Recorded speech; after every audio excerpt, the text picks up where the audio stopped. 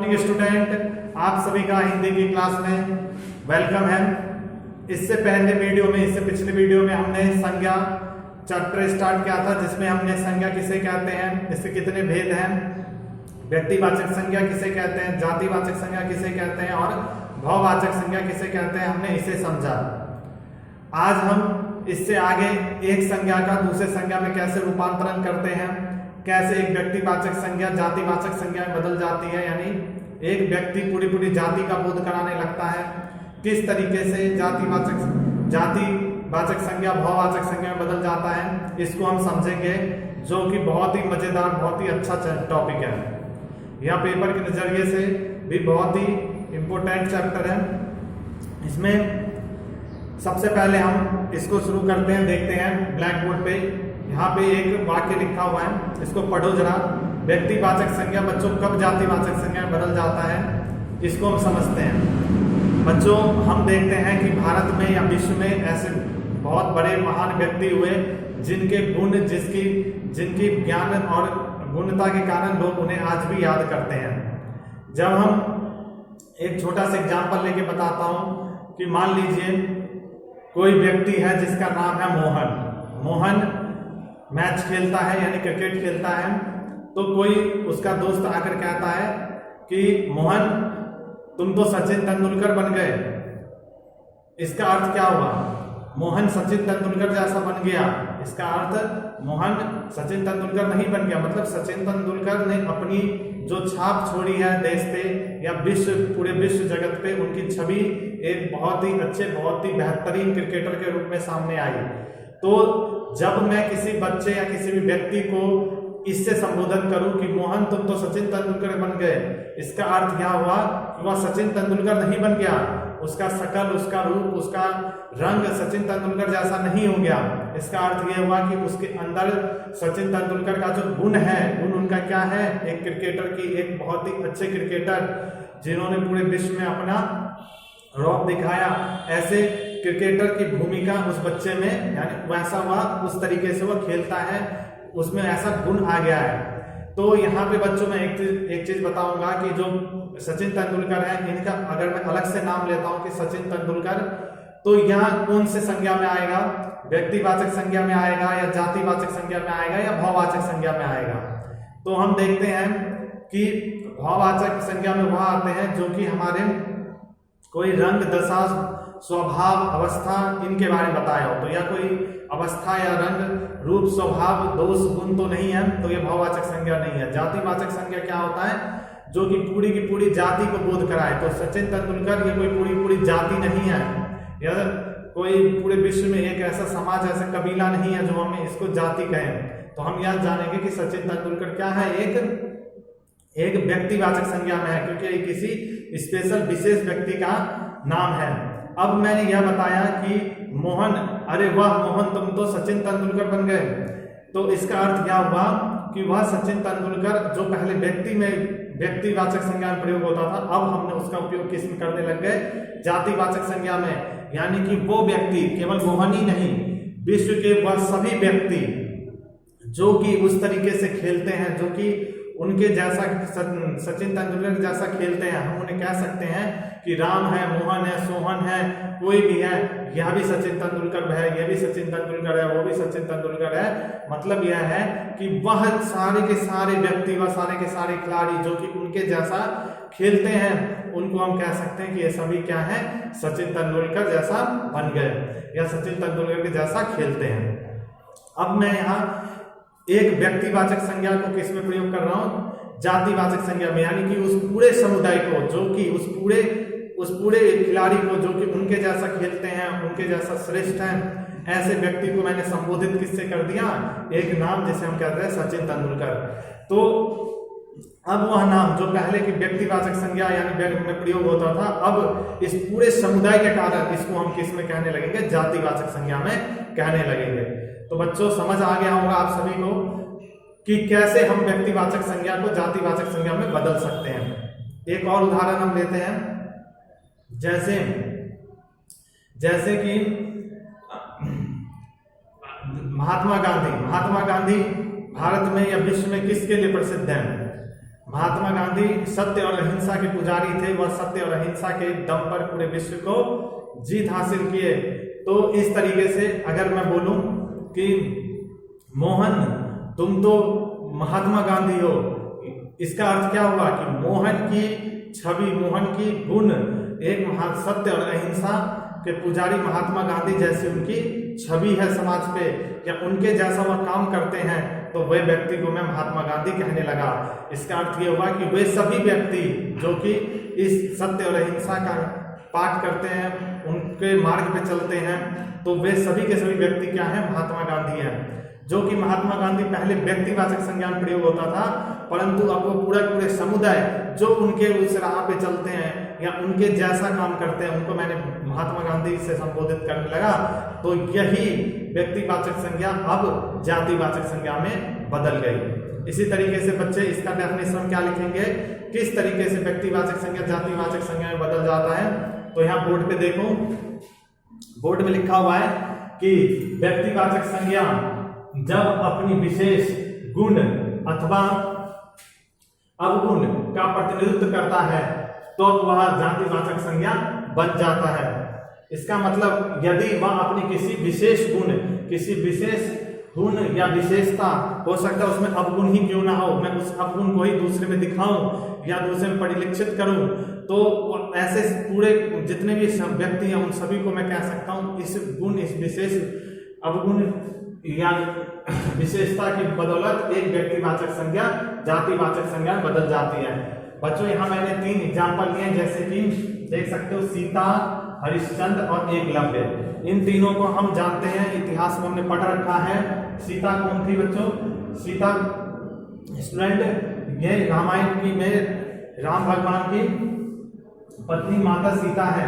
यह समाज में या विश्व में किसके लिए प्रसिद्ध है? यहाँ अपने प्रतिव्रता धर्म का पालन करने के लिए प्रसिद्ध है। इसी तरीके से हरिश्चंद्र किस वजह से प्रसिद्ध है? हरिश्चंद्र सत्य और दानवीरता के लिए वह प्रसिद्ध है। इसी तरीके से एकलव्य किसके लिए प्रसिद्ध है?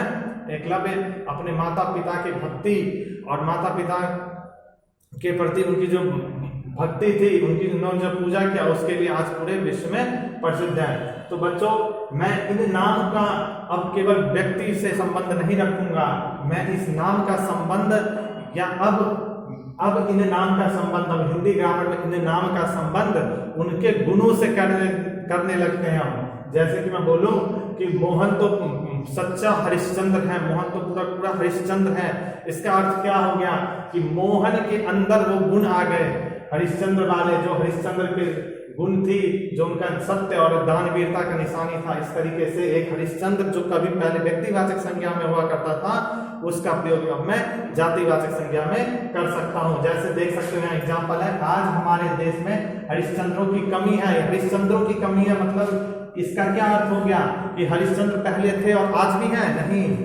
कोई हरिश्चंद्र 20,000 थोड़ी ना थे जो आज घट करके 5,000 हो गए या 2-3 हो गए, ऐसी कोई बात नहीं है। हरिश्चंद्र पहले भी एक थे और उनके मृत्यु के बाद अब तो है ही नहीं। तो इसका मतलब ये हो गया हरिश्चंद्र की कमी हो गया। इसका अर्थ यह हो गया कि हरिश्चंद्र का गुण के बारे में हम बात कर रहे हैं, जो कि दान और सत्य के पुजारी थे। ऐसे व्यक्तियों की आज देश में कमी हो गई है। तो यहाँ पे जो हरिश्चंद्र है, इनका प्रयोग किस में किया गया है? जातिवाचक संज्ञा में किया गया है।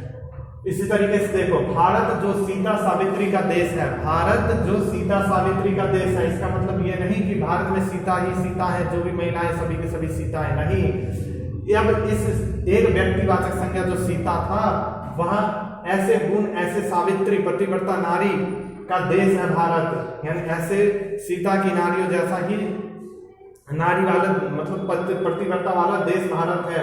तो यहाँ पे सीता के गुणों की तुलना की गई है। इस वजह से अब जो यहाँ सीता लिखा हुआ है, यह जातिवाचक संज्ञा, ऐसे संपूर्ण महिला जितने भी हैं उनको हम सीता कह सकते हैं। तो वो समुदाय, उस पूरी जाति को हमने यहाँ लिखा है सीता। इसी वजह से सीता क्या है? एक जातिवाचक संज्ञा हो गया। इसी तरीके से देखो, मोहन तो एकलव्य है, मोहन तो एकलव्य है मतलब एकलव्य, मोहन में एकलव्य का आत्मा नहीं आ गया, मोहन एकलव्य नहीं बन गया।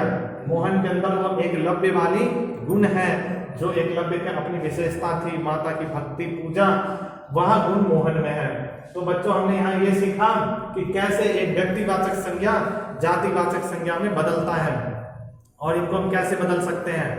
आगे हम देखेंगे कि जातिवाचक संज्ञा भाववाचक संज्ञा में, उसके बाद सर्वनाम भाववाचक संज्ञा में, विशेषण, क्रिया, अव्यय आदि को हम भाववाचक संज्ञा में कैसे परिवर्तन कर सकते हैं। तो देखिए, ठीक है स्टूडेंट, यहाँ पे मैंने कुछ संज्ञा लिखी है जातिवाचक संज्ञा, नीचे मैंने 3 सर्वनाम लिखे हैं। हम कुछ शब्दों को भाववाचक संज्ञा में बदलने का प्रयास करते हैं, जरा ध्यान से समझना। सबसे पहले यहाँ जो भी मैंने एग्जाम्पल लिखा उनको समझो कि यह कौन से संज्ञा है। क्या लिखा है यहाँ? भ्राता। भ्राता भाई, जो कि पूरे भाई जाति को संबोधित कर रहा है, पूरे एक समूह को बता रहा है, अर्थात यह क्या है? जातिवाचक संज्ञा है। इस तरीके से डाकू, डाकू क्या है? पूरे डाकू का समूह, एक इसमें व्यक्ति नहीं होता ना डाकू, बहुत सारे व्यक्ति होते हैं, तो इनको हम कहते हैं डाकू, तो ये भी जातिवाचक संज्ञा है। ईमानदार, चोर, प्रभु, ये सभी के सभी क्या है? जातिवाचक संज्ञा है। अब हम इनको जातिवाचक संज्ञा को भाववाचक संज्ञा में कैसे बदलेंगे, तो हम समझते हैं भाववाचक संज्ञा क्या होता है। तो भाववाचक संज्ञा होती है जो कि गुण, दोष, शील, स्वभाव, दशा तथा अवस्था आदि के बारे में हमें बताता है, उन्हें हम क्या कहते हैं? भाववाचक संज्ञा कहते हैं। तो यहाँ पे हम इनके नाम से इनको भाव बनाने, इनको गुण और इनके अवस्था को बताएंगे। जैसे कि भ्राता, भ्राता यानी भाई, भाई को मैं क्या लिख सकता हूँ? भ्राता को, भ्राता का लिख सकता हूँ भ्रातृत्व। भ्रातृत्व मतलब भाईचारे की जो भावना होती है, भ्रातृत्व की भावना, वह इसका क्या हो जाएगा? भाववाचक संज्ञा हो जाएगा। तो इसका क्या हो जाएगा स्टूडेंट? भ्राता का भ्रातृत्व क्या हो जाएगा? भ्रातृत्व। ठीक है, इसी तरीके से डाकू, डाकू का क्या हो जाएगा? डाकू का हो जाएगा, बताओ? डकैती। डाकू का क्या हो जाएगा? डकैती। ठीक है। ईमानदार, ईमानदार का क्या हो जाएगा? ईमानदारी। ईमानदार का ईमानदारी। उसके बाद देखो चोर, चोर का चोरी। और प्रभु का हो जाएगा प्रभुत्व। क्या हो जाएगा? प्रभुता। प्रभु का क्या हो जाएगा? प्रभुता। ठीक है बच्चों, ये अब उनके गुण हो गया। मैं बोलूं कि हमारे अंदर भ्रातृत्व की भावना होनी चाहिए। भ्रातृत्व मतलब, भ्रातृत्व की भावना मतलब भाईचारे की भावना होनी चाहिए। अब मैं बोलूं डकैती, कि वहां मोहन के घर डकैती हुई है, तो उस ये अब डकैती एक गुण आ गया, यानी कि एक गुण है डकैती, किसी को लूटना पाटना डकैती है। ईमानदारी, चोरी, प्रभुता। अब देखो नीचे सर्वनाम लिखे हुए, सर्व, अहम और पराया, इनका हम बनाते हैं भाववाचक संज्ञा। तो सर्व का हो जाएगा सर्वस्व। सर्व का क्या हो जाएगा? सर्वस्व। सर्वस्व। ठीक है बच्चों, सर्व का हो जाएगा सर्वस्व। अहम का क्या हो जाएगा? अहंकार। ये सभी क्या है? भाववाचक संज्ञा है। पराया का क्या हो जाएगा? परायापन। क्या हो जाएगा? परायापन। ठीक है बच्चों, यहां तक आया समझ में। अब हम यहां देखते हैं विशेषण। विशेषण, कुछ एग्जाम्पल विशेषण के लेते हैं और उनको भाववाचक संज्ञा में बनाने का प्रयास करते हैं। ये एक 2-4 बार हम इनको रीडिंग कर लेंगे बुक से, तो हमें ये समझ आ जाएगा किस तरीके से हम इनको बदलते हैं। ठीक है बच्चों, देखो यहाँ पे विशेषण, अब मैं जो लिखने जा रहा हूँ ये सभी के सभी क्या है? विशेषण है। विशेषण किसे कहते हैं? किसी विशेषण जो किसी संज्ञा या सर्वनाम की विशेषता बताए उसे हम क्या कहते हैं? विशेषण कहते हैं। जैसे कि भयानक, भयानक विशेषण है। एक एग्जाम्पल जैसे यह पशु भयानक है, तो पशु की विशेषता बता रहा है ना, तो ये क्या है? विशेषण है। तपस्वी, तपस्वी, जब मोहन तपस्वी है, मोहन की विशेषता बता रहा है, तो विशेषण हो गया ये। कला, कला, आगे क्या है? कला।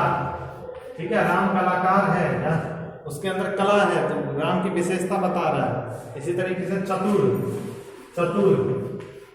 अब बच्चों यहाँ देखो चतुर, यहाँ मैंने 4 विशेषण लिए हैं, इनका भाववाचक संज्ञा बनाओ।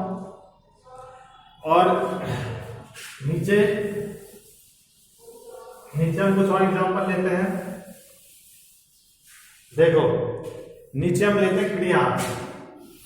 नीचे हम क्या लेते हैं? क्रिया। क्रिया क्या होता है?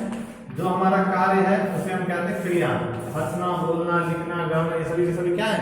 क्रिया है। अब देखो जैसे लिखना, लिखना, इसका बनाना है हमें भाववाचक संज्ञा, लिखना, उसके बाद गाना, चलना, गाना, फिर चलना, फिर बुनना। ठीक है स्टूडेंट, अब इसका हमें क्या बनाना है, भाववाचक संज्ञा। क्या बनाना है इसका, भाववाचक संज्ञा। तो यहां हम देखते हैं किस तरीके से इसका हम भाववाचक संज्ञा बना सकते हैं। तो सबसे पहले एग्जांपल देखो, भयानक। भयानक का भाववाचक संज्ञा क्या बनेगा, भय। क्या बनेगा, भय। भयानक का भय। तपस्वी, तपस्वी का क्या बनेगा, तपस्वी का बनेगा तप। क्या बनेगा, तप। तपस्वी का तप। काला, काला का कालीमा। क्या बनेगा, कालीमा। और इसी तरीके से आगे देखो, चतुर। चतुर का भाववाचक संज्ञा क्या बन जाएगा, चतुर। चतुर का बन जाएगा चातुर्य या चतुराई। ठीक है बच्चों, आगे देखो, क्रिया, लिखना। लिखना का क्या होगा, लिखना का होगा लिखावट।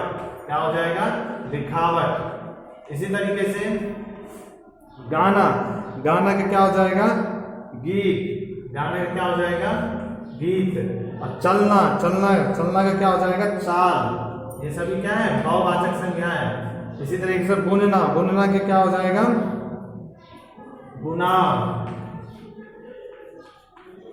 बुनावा। ठीक है बच्चों, तो ये हो गया हमारा क्रिया को भाववाचक संज्ञा में कैसे बदलते हैं, विशेषण को भाववाचक संज्ञा में कैसे बदलते हैं। इसके बाद हम आगे देखते हैं कि अव्यय।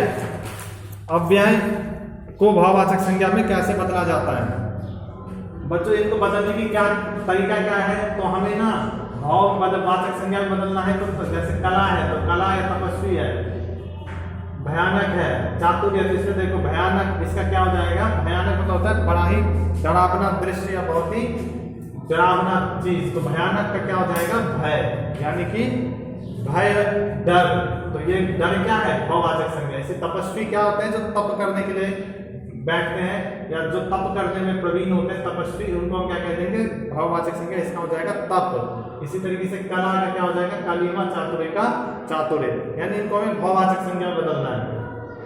अब यहाँ पे हम कुछ अव्यय लेते हैं, इन अव्यय को देखो और इसको बदलने की कोशिश करो। देखो अव्यय, ठीक है। अव्यय क्या होते हैं, अव्यय वे शब्द होते हैं जो कि अपना रूप कभी चेंज नहीं करते किसी भी वाक्य में, यहाँ उसी तरीके से लिखे जाते हैं। इनको हम कहते हैं अव्यय। जैसे कुछ अव्यय में यहाँ लिख रहा हूं, इनका भाववाचक संज्ञा बनाओ। जैसे कि दूर। दूर का क्या बनेगा, बताओ जल्दी। दूर, ऊपर या ऊपर। दूर हो गया, ऊपर हो गया। इसके बाद वहां, वहां, बहुत, वहां, बहुत, शीघ्र, शीघ्र। इसके बाद निकट, इसके बाद निकट, फिर निकट के बाद समीप। ठीक है स्टूडेंट, इसको ये सभी के सभी हमारे अव्यय हैं। अव्यय कौन से शब्द होते हैं, अव्यय वे शब्द हैं जो कि किसी भी लिंग, वचन, कारक, काल, किसी भी प्रयोग स्थिति में उनका प्रयोग कर ले तो यहाँ अपना वचन वैसे ही, अपना ये रूप ऐसे ही बनाए रखते हैं। इनके अंदर कोई परिवर्तन नहीं आता। इसका जब हम अव्यय चैप्टर करेंगे तो और अच्छे से इसमें समझेंगे कि अव्यय है क्या है। अभी मैं एक एग्जाम्पल के रूप में बताऊं, जैसे कि राम जाता है या राम दौड़ता है, राम तेज दौड़ता है। तो इसमें देखो जरा, दौड़ता है एक क्रिया है जो कि लिंग के चेंज होने पर अपना रूप चेंज कर लेगा। राम दौड़ता है और सीता दौड़ती है, तो दौड़ना किस में बदल गया, दौड़ती में।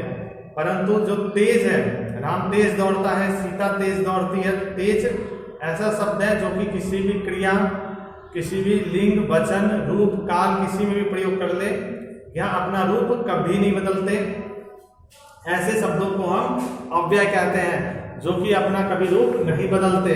तो यहाँ पे देखो जरा, दूर, दूर आ, यह है ऊपर। दूर के बाद क्या है, ऊपर। ऊपर के बाद बाहा, बहुत, शीघ्र, निकट, समीप। इनका हमें बनाना है भाववाचक संज्ञा।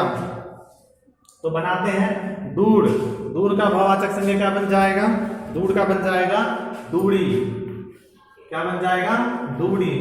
ऊपर, ऊपर, ऊपर का क्या बनेगा? ऊपरी। क्या बनेगा? ऊपरी। इसके बाद क्या है? ऊपर का ऊपरी। वाह, वाह का क्या बनेगा? वाही। क्या बनेगा? वाह, वाही। इसी तरीके से देखो बहुत, बहुत का क्या बन जाएगा? बहुतायता। क्या बन जाएगा? बहुतायता। शीघ्र, शीघ्र का क्या बनेगा? शीघ्रता। शीघ्र, शीघ्र का क्या बनेगा? शीघ्रता। शीघ्र, शीघ्र का हो जाएगा? शीघ्रता। निकट, निकट का हो जाएगा? निकटता। निकट, निकट का क्या हो जाएगा? निकटता। निकटता। इसी तरीके से हमारा अगला अव्यय है समीप। समीप का क्या हो जाएगा? समीपता। क्या हो जाएगा बच्चों? समीपता। ये अव्यय का हमने भाववाचक संज्ञा में प्रयोग किया है। इनको और भी बहुत सारे हमारे अव्यय हैं। इसी तरीके से बहुत सारे हमारे व्यक्तिवाचक संज्ञा है, क्रिया है, सर्वनाम है। इनका बदलने का यही तरीका है, इनको हम इसी तरीके से बदलते हैं। इसके बाद यह चैप्टर संज्ञा यहाँ पे हमारा समाप्त होता है। ठीक है बच्चों।